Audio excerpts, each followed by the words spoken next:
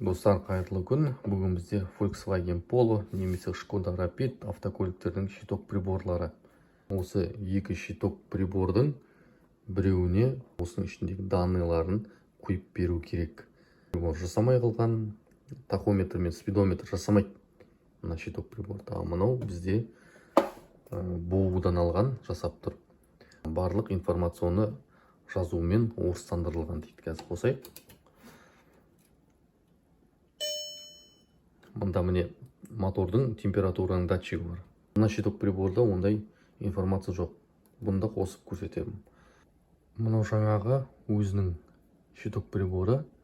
Щиток приборда қандай айырмашылығы бар екен көрсете кетейін. Щиток приборда тек қана даланың температурасын көрсетеді. Ал мына жерде мотордың температурасын көрсетпейді. Тек қана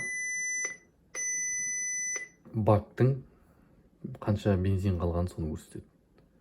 Екі щиток прибор, екеуінің айырмашылығы бар. Есі жаңағындай информационды дисплейін салған болатын. Оны құю үшін мына ішінде данныйлары бар. Ренессанс. Сосын бұның платаның арғы бетінде EEPROM памяттары бар. Ол жерде EMDATA болады. Миын аударып бердік. Қосып көрейік. Пробегінде реттеп берген болатынбыз. Себебі қозғалтқыш 120 мың жүрілген. Сол мотормен бірге 120 мың қалып реттеп берші деген болатын.